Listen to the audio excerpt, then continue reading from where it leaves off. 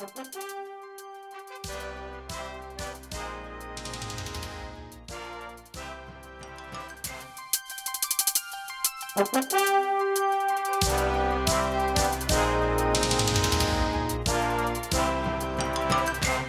for tuning in to another edition of Parents Corner. Today's guest is Alex Williams from the Bay Area Community Church. And she's here to talk about a recent donation that they made to help support some of our Anne Arundel County public schools. So thank you so much for coming, Alex. I really, really appreciate you sort of joining me today. Sure. Thanks for having me. Yeah, it's always great to have partners come and talk to us, especially because we're so lucky to have so many partners that help to support our students. So I heard about you from Gaston Gamez, who is our manager of international family outreach programs, and he spoke so highly of you, and I thought, I need to find out what his connection is with you and how you helped some of our students. So can you sort of, I guess we could start off just how did you meet Gaston and how did that connection work? I met him while I was on an adventure trying to network with our community and find out how I, representing Bay Area, could be more involved with Eastport Elementary. And I live in Eastport. Our lead pastor lives in Eastport, and we have been building a relationship with Eastport Terrace and Harbor House, a HACA community just 1 block away. And I picked up the phone, made a few phone calls, and somehow or another I got paired up with Gaston, and we met, had a conversation, and I basically was just saying, hey, what's going on here? Can you point me in the right direction? And then I got to hear more about this International Welcome Center. And I had no idea that even existed. So I believe that was about 1.5 years ago, that conversation has happened. And then he and I just developed a friendship. And so when needs arise, I'm obviously able to represent Bay Area and help meet those needs as they come up seasonally. Right. And so this time of year is a big need for the International Welcome Center. Oh, for sure. Okay. Yeah, so just recently, we're at the point now where he's able to just send me a text, and it's so lovely. He's a really dear friend of mine now. I always tell him, you can reach out anytime, but he just put it in my ear. Families are in desperate need of winter coats, jackets, hats, gloves, scarves, and I was like, oh yeah, they absolutely do. It went from 85 degrees outside to 30 in a matter of a couple of weeks. And so from there, it was just as easy as pulling together our community at Bay Area. We have a pretty large congregation, upwards of 2,000 people. So it's easy to kind of put the word out. And people are now familiar with the International Welcome Center because of some other things we've done in the past. And we were able to gather some resources and do 1 or 2 drop-offs just in the last couple of weeks. And we're hoping to continue that throughout the coming weeks, knowing there are so many families that are going in and out of these doors, 20, 30 families a day sometimes, give or take, at the International Welcome Center. So we're excited and want to be able to provide as much as we possibly can during the season. Right. And I think we were talking before we started. You had mentioned how the church really sort of likes to have that connection when you heard that it was an International Welcome Center. Oh yeah, for sure. So Bay Area is our mission statement is making passionate maturing followers of Jesus from here to the nations. We love the nations. We have global partners in, I believe, 10-ish regions of the world. We're hoping to expand. And so knowing that so many families are coming from some of the countries that we already serve and are present in, it's just kind of warms our heart. These are our brothers and sisters. These are our neighbors, even if they're from afar. So just excited to welcome them in, provide anything that we can to help them adjust to this county, new way of life. And so it kind of gets us really excited knowing that they're coming here and we want to love and serve them. Well, and I know from years past with Gosnell, a lot of times the families, maybe they're aware, but not truly aware of the type of weather we have in Maryland. People think it's not. I don't even know the weather that we have here in Maryland. Who does? So I'm sure it's a bit of a shock to their system. So in terms of the kinds of items that you collected, I think you mentioned it when you were talking. So hats and scarves and gloves and coats. And then how did you said you reached out to the folks in the church? Did people just bring in their old coats, or I mean, how did that work out? So for me, I kind of Gaston makes it very easy where he knows that I can just run with it. So he says, here's the need. It's very open. So I can kind of make it my own on how I communicate and coordinate it with my network. So I made the executive decision that I would like new items. I didn't want used, because sometimes that's hit or miss. Even if you say gently used, sometimes people bring in things that I wouldn't necessarily think is gently used. And so I just made the executive decision to say, hey, new items. I know a lot of things are on sale right now, especially Walmart, Amazon. Mm-hmm.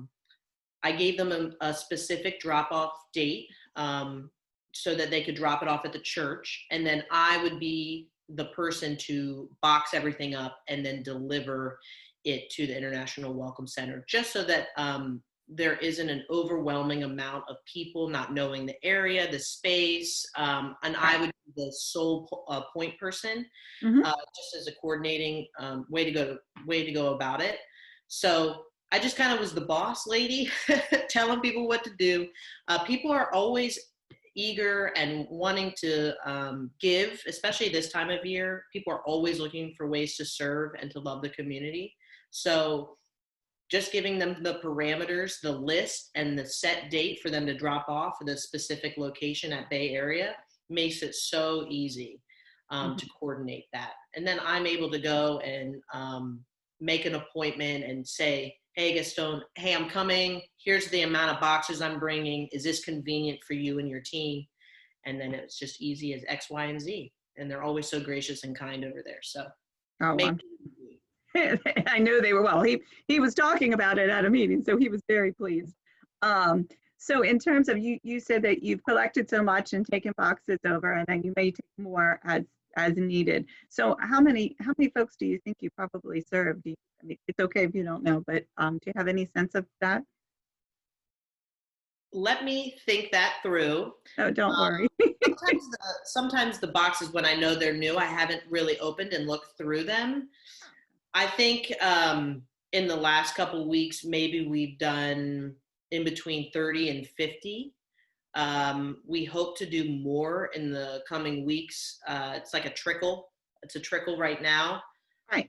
And I also don't want to overwhelm the small center with a tremendous amount of goods, considering they're in kind of a confined, tight space. So I would say it's like little bursts, between 25 and 40 at a time is what I would do. I'd say at this point, we maybe done 30 to 50. I don't know, more or less. Wow. Okay. And so you've a tremendous amount, but no, but it's going to be more of a trickle instead of a fire hose.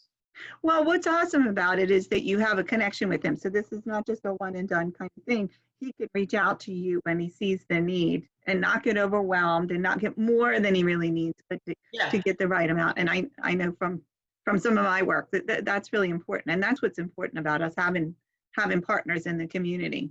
The school system really values that, and we try our best to promote it. Right. So on that note, what advice would you give? Because I know that there's other groups that want to be able to help support, especially right now. So, and I think you sort of touched on this with what you said, but what advice would you give to groups that say, hey, you know what, we want to do something like that. We might be trying to reach out to a particular school, or we want to see what we can do. What advice would you give to them? Sure. So as a friendly neighbor, somebody who lives in Eastport, sure, I work for Bay Area and my role is community outreach, but I also have a heart for this aside from my role there. And this has been more of a personal journey in many ways on how to be more integrated into my city, into my community, into my neighborhoods. And what I found is my first step and my first word of advice would be to have your eyes open and to really observe and see immediate needs that might be super close to you. Some people think that they need to drive to a specific area and get connected with a nonprofit they've heard of. And to be honest, that's fantastic. I'm not saying don't do that. But if you really want to be more integrated, I would say first drive, observe, and have your eyes wide open and really process and think, what am I seeing? What do I think are immediate needs? And then also start asking questions. I believe that networking is really the key to so many of these opportunities. Once you start observing, take those questions that you might have in your head or ideas and take them to local government, find people in the public school system like yourself and Gaston, and ask questions. And sometimes what you'll find is you might have this heart for something or an idea, but you'll see that maybe the need is different than what you anticipated. And then from there, you're able, if you're flexible and open and asking great questions like, hey, what's going on here? How can I serve? How can my group and myself come alongside of what is already happening? Because there's actually a lot of good work happening. And sometimes our ideas might not be the best way to serve the community. So just having an open mind, being flexible, networking, and trying to observe what's happening in your immediate zip code, area, neighborhood, and beyond is where I would first start. But sometimes you have to get out of your comfort zone and talk to people and ask questions. And that's where you're really going to find that sweet spot of what's happening in your neighborhood. I don't know if that's good advice or not. Is that good? I think that's awesome advice. Thank you so much. No, that is really perfect because it's not always easy to connect people with exactly how they can help. So no, that's awesome. I love the open-minded part. Knowing that I was able to network and find Gaston in this very natural and organic way, a friendship has formed. So yes, we're representing two organizations and we're partnering, but we also have this relationship and friendship where it makes things easier and smoother so that we can actually come together to have an impact. And it doesn't have to be super formal because we're friends now. And that's not always the case, but I find it when we're collaborating and we have the same mindset, it's where great things happen. Yeah. So. No, it definitely is. You're building understanding. I love it. I love it. Gaston will love to see this.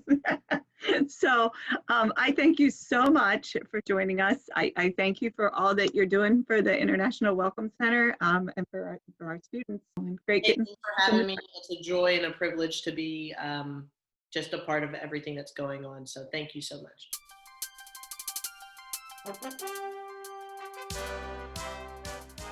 Today's guest is Leo Zerhuzen. He is the founder and past executive director of Hope for All. Hope for All does so much to support the school system, so we're really excited to have him here today to talk about some of the ways that he supports our students. So thank you so much, Leo. It's great to see you. Well, we are pleased to be here and pleased to be able to get the message out to our county residents of the need that our students and also their families are facing in the county, especially during this year with the COVID. And Anne Arundel County is truly lucky because we have so many great partners. So it's always great to be able to talk to you and sort of get the word out about what kind of needs are out there, and also if people are looking for help as well. So I thought we'd get started by just sort of talking about how you got started in this business. I know it's been a long time. And so if you could just sort of tell us what brought you to Hope for All and how did that all culminate? Well, basically, it started 22 years ago. We weren't not a nonprofit at first. We were just more of a charity that reached out to the Appalachian region. Um, and then my wife and I were teaching at that time also in the county school system. And we saw right before us some of the needs of the children, and also eventually the need by their parents to do things. So we started in our home and soon outgrew that. And then we went to one warehouse, which was very small. And then we went to another warehouse. And then we actually lost our space at one time and worked out of sea containers and garages of homes and stuff, whatever, a back of a barber shop, just whatever it took to keep us going. Finally, in 2004, we became a 501c3 nonprofit. And for the first 7 or 8 years, basically, we were an all-volunteer organization. Now, having moved from our home into our current warehouse, which is over 14,000 square feet, Wow. the dynamics have had to change as far as we need staff. We can't do what we're doing just with volunteers, although we do have almost 120 volunteers currently that assist. We're located in Glen Burnie off of Ritchie Highway. It's called the Azar Complex. It's 122 Rossler Road, Glen Burnie, Maryland. The phone number for here is 410-766-0372. The best time to call is Tuesday, Wednesdays, and Thursdays from 9:30 to 3. Mondays and Fridays, we basically are doing more administrative stuff and also working in the warehouse to get the orders and stuff ready to go out to families. When you talk about what hours you're open, you probably have two different kinds of folks that reach out to you then. You have folks that want to give and are looking for ways to give. And then you also have folks that are in need of help. Am I right about that? Yes, most definitely. This year we've been very blessed with people offering donations. Our donations are in kind and financial. Unfortunately, the expense keeps going up every year. But we partner actually with 26 agencies within the county. That's what's great about Anne Arundel. Anne Arundel County School System is one of our biggest partners and referrals. They refer to us.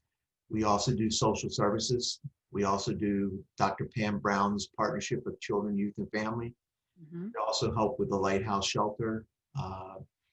And the list just goes on. Department of Aging, Department of Mental Health, veterans, and then there's also a group of churches that also, and they refer clients to us who are very much struggling to meet the basic necessities from day to day. And so it takes a lot of donations to keep this going. Last year, as I was sharing with you earlier, we did 382 families.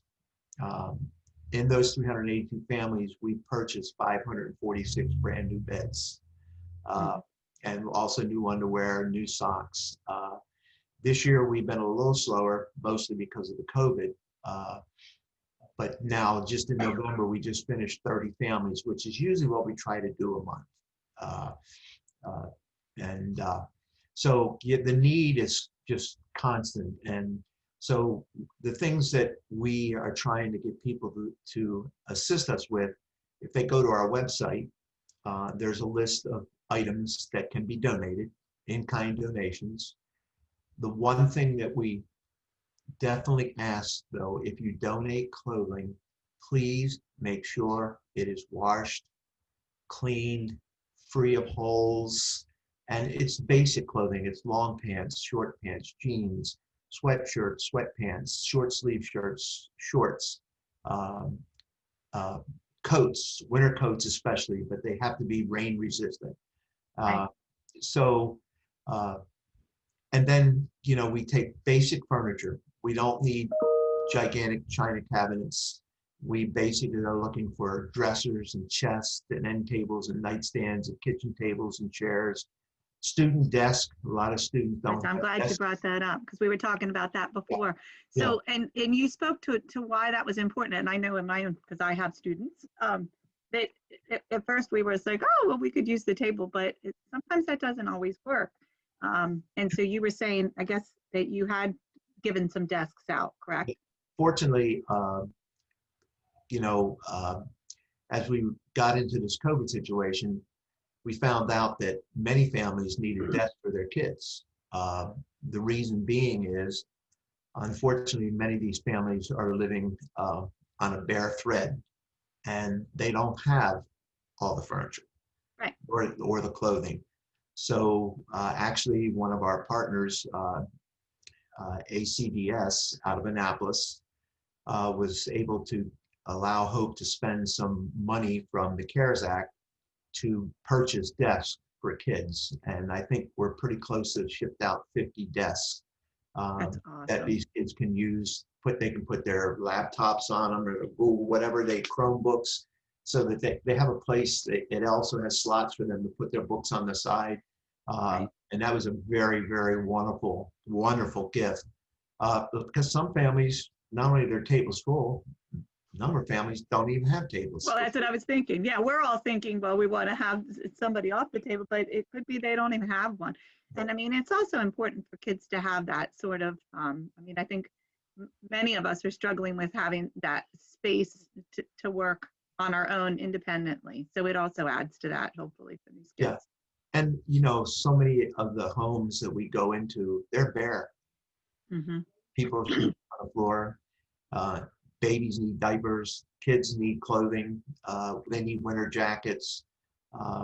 So the big thing with the clothing is to stick to those items, and again, to make sure they're very clean. Unfortunately, that is not always the case when we get them. And it takes a lot of time, you know, to go through the bag, because everything is sorted by size, and then it's resorted again to make sure we got the stuff that's the best. Right. We don't give out anything that's not, anything that I wouldn't wear. I'm not certainly going to give it to another family. That's not the way to do it. Well, and I think that fits with some of what we had talked about with Hope, and you had talked about how when you give to a family, a lot of times you might give a toy or something like that, or a card, because this is more than just here's the necessities, but you're trying to bring sort of that sense of hope to the kids. Yeah. To families. And of course, the other things that we can go through real quickly would be, you know, it's basically, like I said, about the basic furniture, no china cabinets, no big entertainment centers. Families don't have the room for these. But it's also kitchen supplies, dishes, plates, pots, pans, linens, towels, blankets, comforters, the clothing we mentioned. We also, when we serve a family with all of these items, especially the clothing for the kids, we also send a basket of hope. And in that basket of hope, there are toiletry items, cleaning supplies, hygiene products. There's always stuffed animals in there for the kids. Yeah. And we also put a nightlight to basically give them some, it's like a ray of hope. And this goes to every family that we assist. And we also put in usually a new toy or new game for each of the kids, usually ages 13 and under. So, and again, it's something to bring a little bit of ray of hope or spark into their lives, because there are so many kids this year who are not going to really experience Christmas. You know? And we want them to have that piece of hope. Yeah. I know that you've got a really great connection with the schools, and there's a lot of work that Hope for All does for the schools. Can you give me a couple of little highlights and tell me a little bit about that? Sure. Over the years, in fact, probably for about the last 8 years, we have done a program with the National Society of Military Comptrollers at Fort Meade, and they actually put on a Christmas party for us. And usually we invite up to 25 families and up to 75 to 100 kids.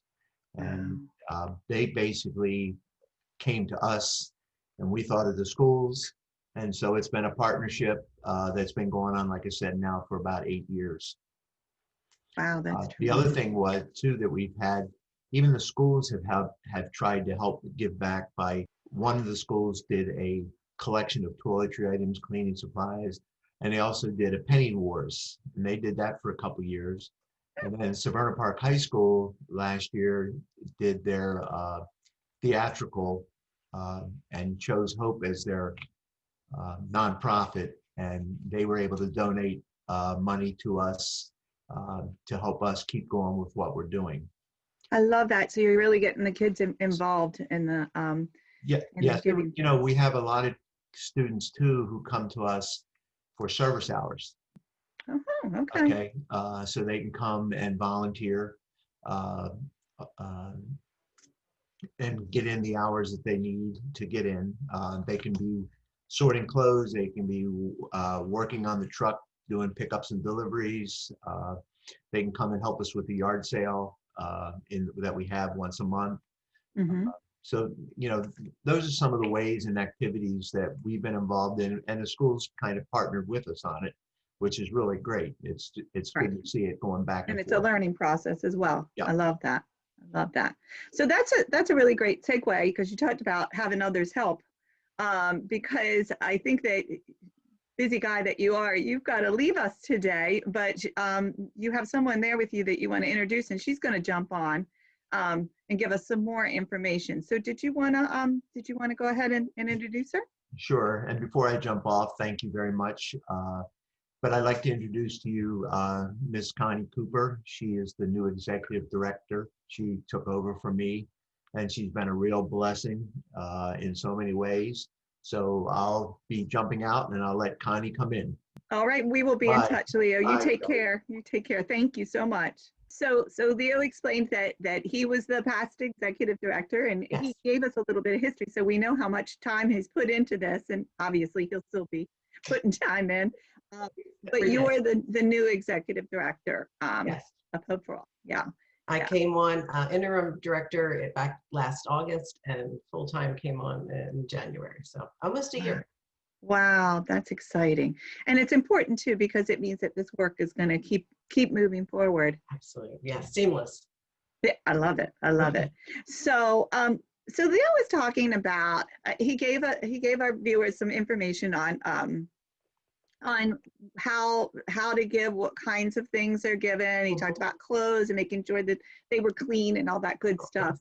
And he mentioned referrals, but I don't know that people always really understand what that means. So, when I just want our viewers to understand, like, what the process, how you find out about families in need, especially families that have students with Anne Arundel, how you find out about them, and then what happens after you find out that they need help. What does that look like? Well, we partner with 26 different agencies, and one of them happens to be the Anne Arundel County School System. So these are nonprofits as well as government agencies. So when they, in the course of them doing their work, come across a family that's in need. Now, as far as the school system, that would be the PPW workers, the counselors, those that are working directly with the students. They find a family that's in need of clothing. And so then they fill out a referral. So it's the agency filling out the referral, not the family, and they forward it to us. So the referral is it's like a form then that they. Absolutely. It's a form on the computer. That's what I want to make sure. I know it, but I don't know if everybody else knows. Okay. Yes, it comes in here. And then when we receive it, then if it's clothing, then we'll fill that. And then the PPW worker, the counselor, get it and discreetly get it to the child.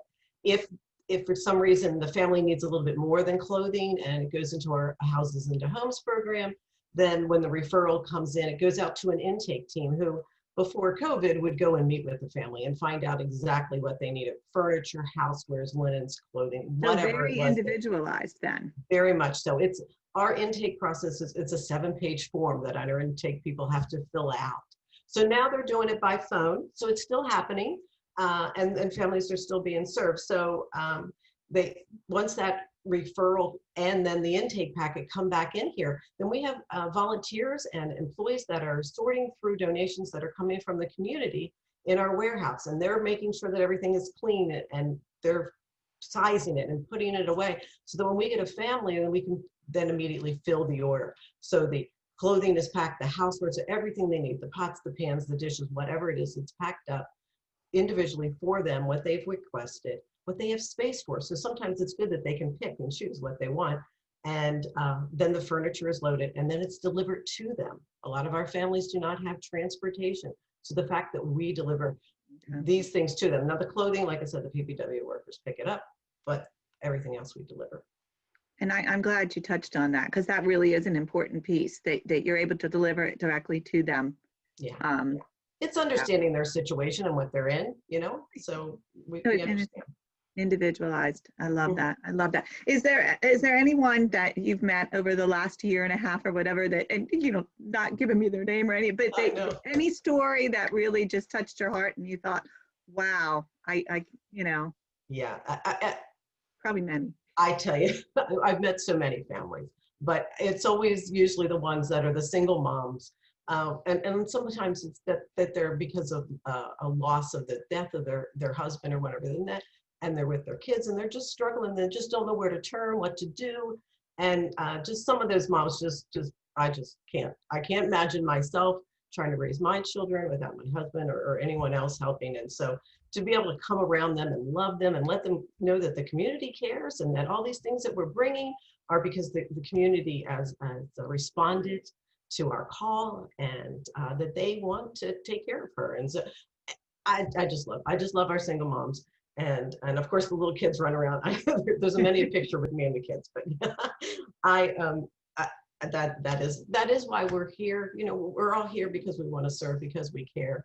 The kids really do touch all of our heartstrings. And so when I say we have 120 regular volunteers here, they're here because they care. Now when we were talking about the referrals, you touched on how, so normally they would go out and now it has to be an on the phone kind of thing. But the work is still going on. So I guess stopped. In terms of if there's anything sort of as we wrap up, do you really want people to know about now? I mean, part of the reason that I'm doing this series is because I want people to know how they can help, because I know we have so many people that are looking for ways. So how is it different? And is there anything that you really want families to know? Yeah, well, I mean, the pandemic has, I think, brought everyone's awareness that there's a lot of people out there, but I don't think people realize the breadth of it. You know, we serve these people, so they know who we are, but not everybody else knows who they are. And so I think this has brought to light the fact that we've always been concerned about their health, so we want to give them a bed and proper clothes.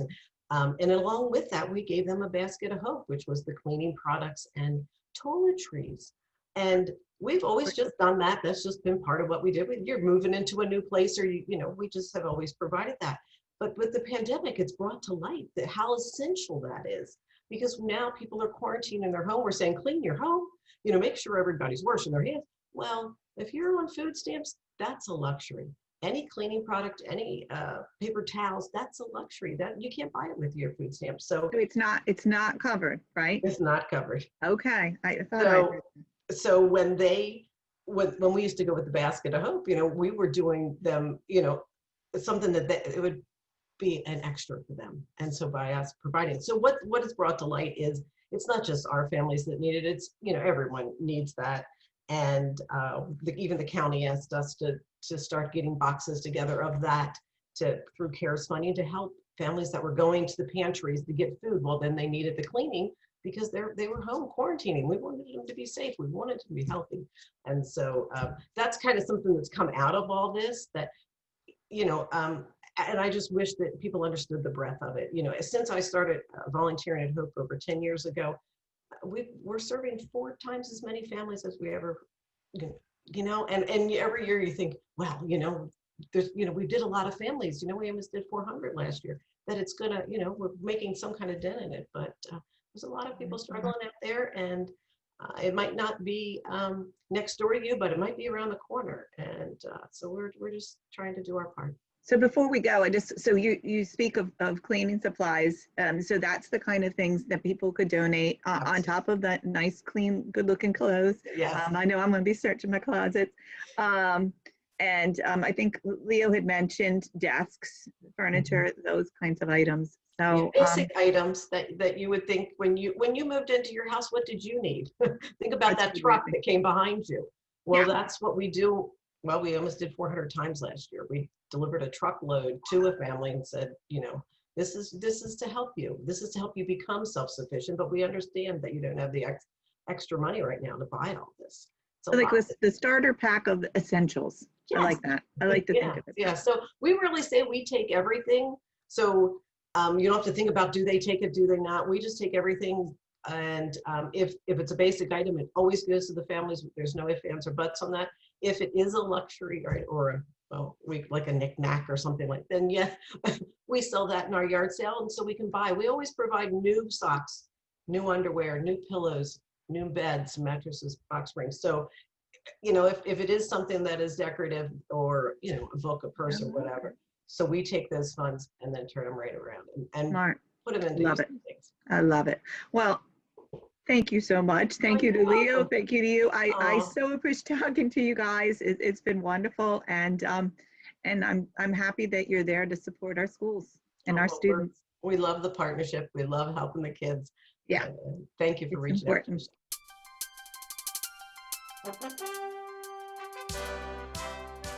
Maryann, thank you so much for coming today. I really appreciate it. Thank you for having me. All right. So Assistance League of the Chesapeake's been around for quite some time. So I thought we could start with you just sort of giving us some information on how it got started, what's the history, and that kind of thing. Okay, we are celebrating in 2021 our 15th year as a chapter of National Assistance League. National Assistance League has something like 120,000 members, 120 some chapters across the United States. We're the only one in Maryland, and we're all volunteer, and we work off of programs that National starts, but then we adapt them to the local community. And we have 5 main programs. One is KIN, which is uniforms, that we provide new uniforms to students at 7 local Title I schools. We also help in the classroom where the teachers need us. We do a Stork's Nest baby shower for Baltimore Washington Medical Center. We do sing-alongs for seniors at assisted living and nursing homes. And we do these puppet shows about anti-bullying and with an inclusion message for 2nd graders throughout the county. But of course, the sing-alongs and the puppet shows we've had to put on hiatus during the pandemic. Right, right. And so our focus right now has been on I've been talking to all different kinds of partners, but just on how we make sure that our students have everything that they need to be ready for the classroom. I wanted to ask you a little bit about that in terms of, I think you talked about school uniforms as one of the pieces. So can you tell us a little bit more about what does that look like? I mean, is it just like, oh, here's your uniform, or how does that look? So what we do is we provide we call it a uniform package. It has a sweatshirt, khaki pants, polo shirt, socks, underwear, and a little baggie of toiletries like shampoo, conditioner, soap, toothbrush, toothpaste. Wow. We give that to each student that the counselors at our partner schools say have the need for that. And it's kind of a year-long thing because we get money from donations from our members and from the community and from some grants. We go out and buy all the items. We sort them and inventory them. And then one of the most fun things we do is we go to each school twice a year, September and January, and we measure the kids for their uniform. Nice. They're always so sweet and kind. You get that connection. And they're just adorable. And so we get all their measurements. Then we have a big day at our warehouse. Actually, it's not our warehouse. It's Anne Arundel County Public Schools warehouse. They lend us some space, and we go out there and we sort through and then put each kid's uniform in a bag with their name and their teacher on it. And then the county is nice enough then to bring the big haul of all the bags of uniforms directly to the school for us. Okay, so they take them from the warehouse, you get them ready, packaged at the Right. warehouse, and then they bring them to the school. But it is a well-oiled machine. We have a chair, Marie Bossy, who has honed this to, the most efficient manner of getting thousands and thousands of uniforms out to thousands and thousands of kids. And they know, and these are schools that have uniforms. They know exactly what that uniform is supposed to look like. Right. And then I want to make sure that our viewers hear this. So it's in addition to the uniform, they're also they get the sweatshirt, the polo shirt, the pants. We know they fit because we've measured them, which is right. And we allow a kids. little room for growth. Yes. When we measure. Thinking back. And then what they along get with that? underwear, socks, and a little bag of toiletries. Awesome. So it really is everything that a kid would need to get started.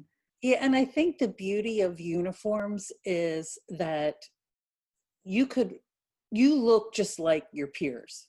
Mm-hmm. It's not obvious if somebody got a uniform from Assistance League and somebody just went to a store and got a uniform. Everybody looks the same way. Because it's a brand new uniform, right?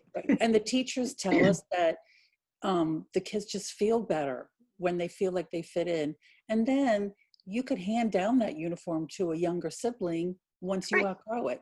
And it will always be in style and it will always fit in with the school. Right. And there's that sense of pride that's so important and still in our young people. How do you talk to about the counselors and the teachers, so that's how you know which kids are in need? Yeah. So actually in the very beginning, we only had the capacity to give out a couple hundred uniforms, and we met with your predecessor. Okay. And she said, here's a school that needs help. And then as we grew and got some more grant money, we would go to her and say, well, tell us another school that needs assistance. Because they're all Title I schools, and that means the kids. So Teresa started with the most high need, basically. The high need. Okay. And the kids in the school, almost all of them are in that free and reduced priced meal program. So we know that they have the need. We don't choose the children. We rely on the school counselor to put together the list of kids who need the uniforms. So as the years have gone by, we've added schools here and there, and now we're up to 7. But we would only add a school if we knew that we would never have to subtract that school. Once we make that commitment, we're going to do it forever. That's a good point. Really good point. So now we've got the 7 schools, and we're up to something like, last year we gave out over 3,000 uniforms to something like 2,900 kids, because some kids get 2. But you're working with the school, so it's very individualized. You really know that the kids that are getting it are in need of it. And so that's why some kids get 2, because they might need that just a little extra help. Right. And even that, I feel like we are very respectful. When we go to measure, it's our nature to be welcoming and happy to see them and try to engage them. And then if they need 2, we don't make a big thing like this kid needs 2. Everybody's the same. And it's a very fulfilling morning, I think. Well, I would think that the kids, they probably enjoy, especially this is elementary, correct? So they're enjoying the extra attention. K through 5th. We do a couple, we do 1 middle school, but most are the K through 5th. Yeah. Having worked in an elementary, I can imagine they enjoy the attention. So it's probably a big, exciting day. That's really neat. So obviously this year is different. How are you dealing with this year, and how are you planning to do the same service? We always are in essence working a year in advance, because we have to get the money and then we have to obtain the inventory. So we're operating under the assumption that sometime in 2021, and we hope early spring, that kids will be back in the classroom. Right. We are already purchasing and sorting and inventorying every part of the uniform package. Okay. So as soon as we get the word, it may be that we don't get to measure the kids in person, and that would be completely understandable. But we're working with the counselors, and they know these kids so well. So we can say, okay, here's so many mediums, so many larges, here's some packages, and they'll tell us what they need, and then we'll just give it to them. If by some chance they don't go back to school in the spring, then in the fall, we'll give them an extra uniform. You know, we've Okay. already purchased these items. We are prepared to do it again next year. So in essence, we're just operating as if there's no pandemic as far as obtaining the inventory of uniforms. Right. And then you're going to be ready when the time comes. And then I we'll love be- that. I love that partnership with the schools though, and that you're with the counselors and that they know the needs and all that. That's really what it's all about. And we're so lucky in Anne Arundel that we have that. I don't know that all counties and states have such great partners. So it's so appreciated. On that note, what advice, I mean, we have so many people, I've been struck by it this year, especially, that reach out to us and they want to help and they want to know how to help within their community and within the schools.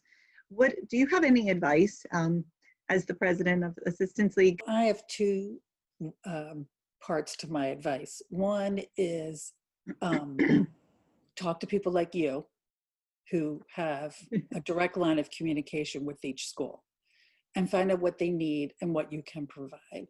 In fact, you mentioned the pandemic, and once, last March, when it became apparent that schools wouldn't be in session, we have a really great philanthropic chair, Yolanda Perry, and she contacted each school principal and counselor and said, what do you need? And they said, we need Chromebook computers to lend to families who have more than one child at school and may have to be learning it from home at the same time. And she said one school said they need pajamas and underwear and socks. So our members just rallied together and we donated Chromebook computers, headsets, books, t-shirts, the underwear and the pajamas to each school as they asked us, they told us what they wanted. Also some math manipulatives, those Nice. math kits that they can play with, well, not play, they're learning while they're playing in front of the computer, and they have the little math manipulatives that they would have had in the classroom, but didn't have at home. And then one of our members, Cindy Culp, just looked through all of her stash of items and started collecting clothing and household items. And she has given bags and bags of clothing to different schools to hand out when parents and families come for the food bank at a different school neighborhood. And then another one of our members, Patty Muir, has been instrumental in getting all of our members together to donate food to the food bank of Georgetown East. When they give out the free lunch, Right. they can also get a package of food. And so she's kept our members informed about what the need is. And then we've all donated separately to that food bank. So it sounds like it's really that just being there, paying attention, and sort of looking for ways. Well, having this someone is so like outside you, of the box. Somebody like you in your position is great, but also I have to mention that the principals have gone out of their way. They know who we are, but they also know they can call us and say, I need t-shirts. And we go, okay, we'll get them for you. So every principal we work with has been, here's what I need. How can you help me? And they've got that direct connection. So they really know what the needs of their students are. It's because you can't you don't know. I'm not a teacher. I just have to take your advice and what's needed and try to get it for you. Well, I cannot thank you enough. It really is appreciated, and it's good to have a little more of a connection with you. So it's always a good thing.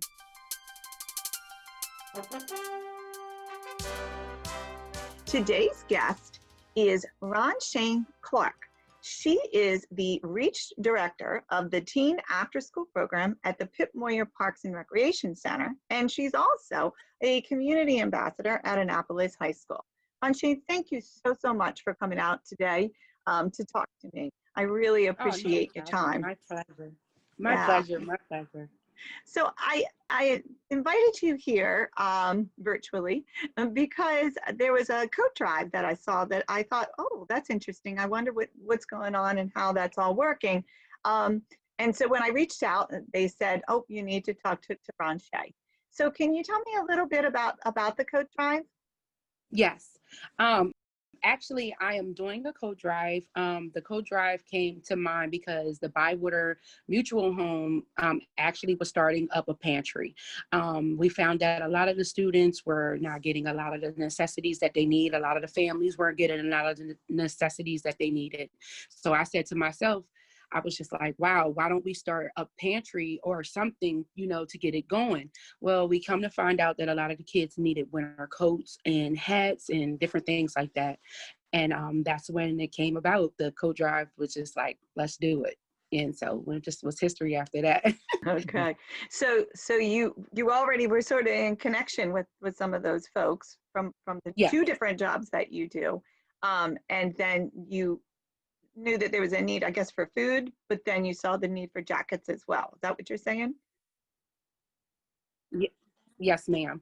The one of the parents actually came to me and just said, a lot of kids I noticed that we were getting 2 coats at a time. And I was like, wait, it's too many kids out here that's asking for coats. They needed coats. Then I started actually seeing, and I did a poll. I did like a little survey, and the poll actually stated that they actually needed those necessities out here. And in the Bywater Mutual Home. And those were a lot of the kids that I actually had worked with in my dance group, as well as a lot of the kids at Annapolis High School. And so you know these kids and their families, from 2 different places. You know them from your job at Pitt Moyer, and then you also know them from Annapolis. And are these a lot of times just the same families and the same kids that you're working with?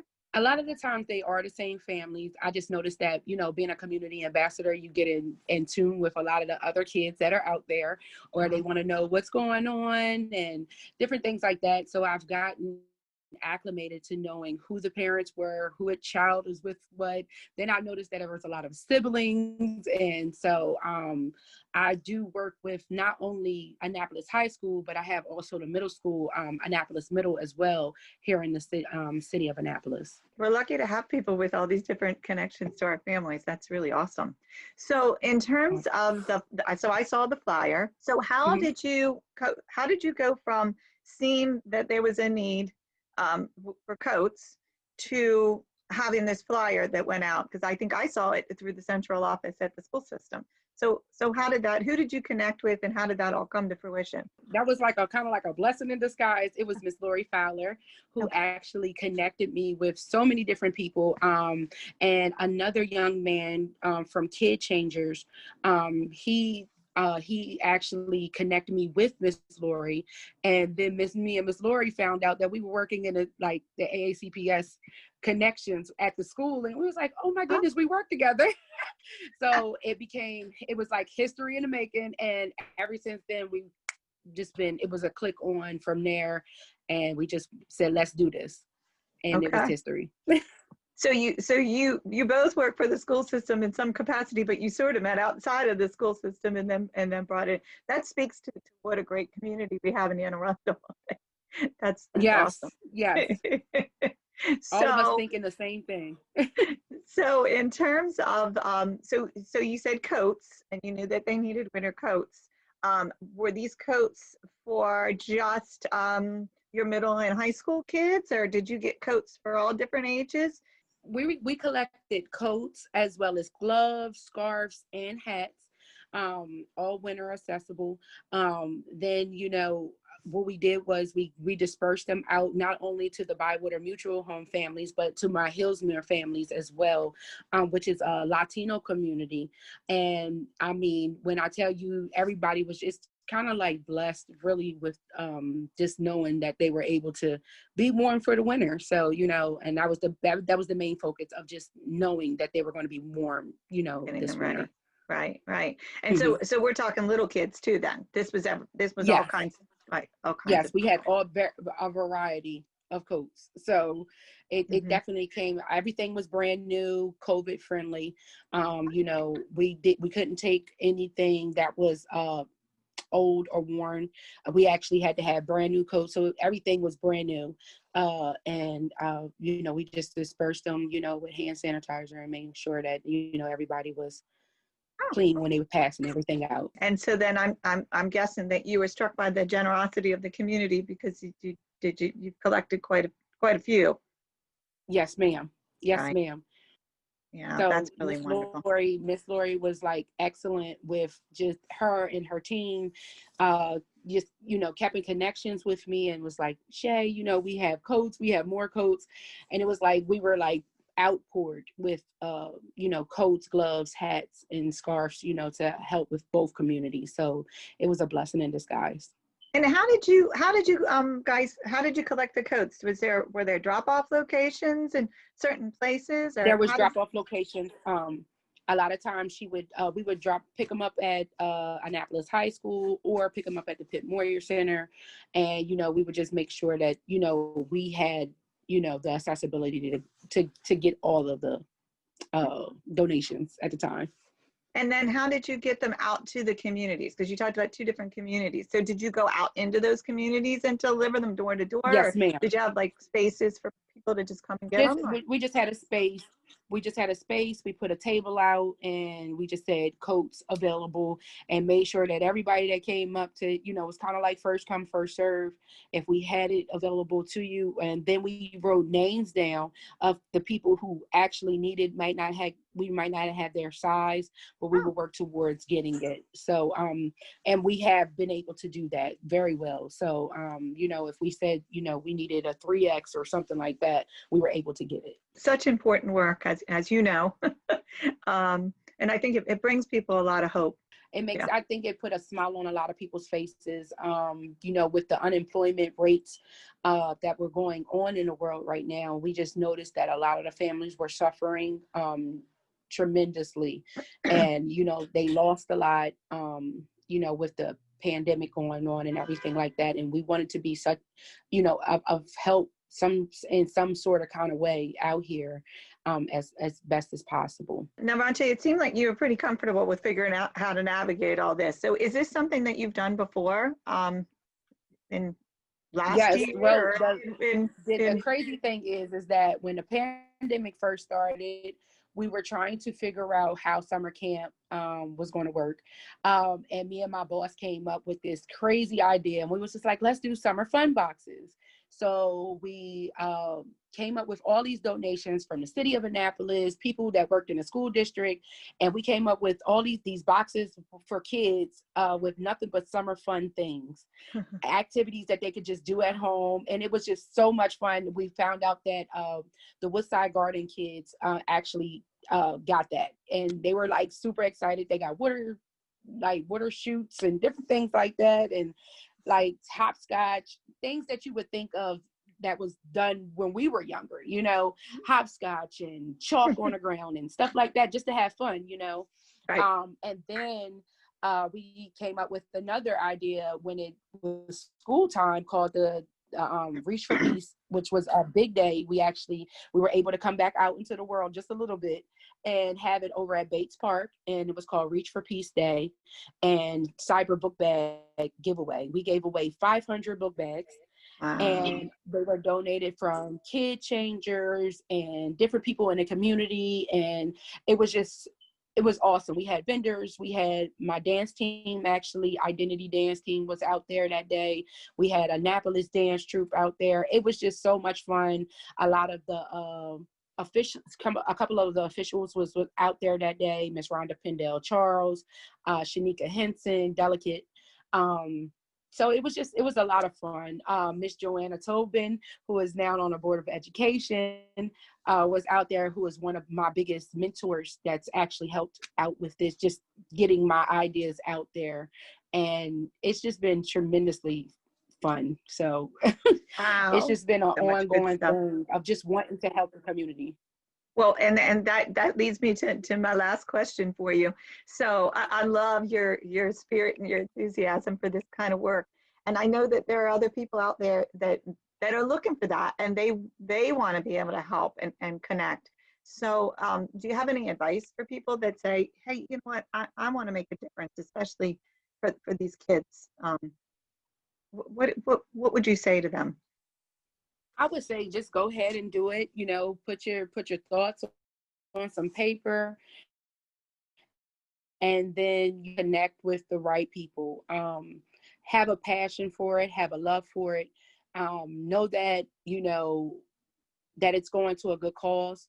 Know that it's going to somebody, one of these children who can actually benefit, and you actually might make a difference in those children's lives, just by seeing something different, you know. Yeah. Right now, I just feel like a lot of the kids need to see a difference. You know, there's been so much of the downplay of what's been going on in the world. We need to show them a difference, which is happiness and love and support and just giving, you know. It's not just the time of giving during Christmas time. And I reiterate this to my young people. You know, we can't have excuses right now. And they are to recite to me every day they come into reach. Excuses are tools of the incompetent that build monuments of nothingness. Those who specialize in excuses very seldomly excel in anything else. So I say have no excuses and go for what you know, and make a difference in one of these young people's lives. Oh, I love that. I love it. Thank you so much. Well, thank you for coming today and chatting with me and sharing your experience. I know people, well, they'll be interested to hear all the good stuff that's going on. And thank you for tuning in for another edition of Parents Corner.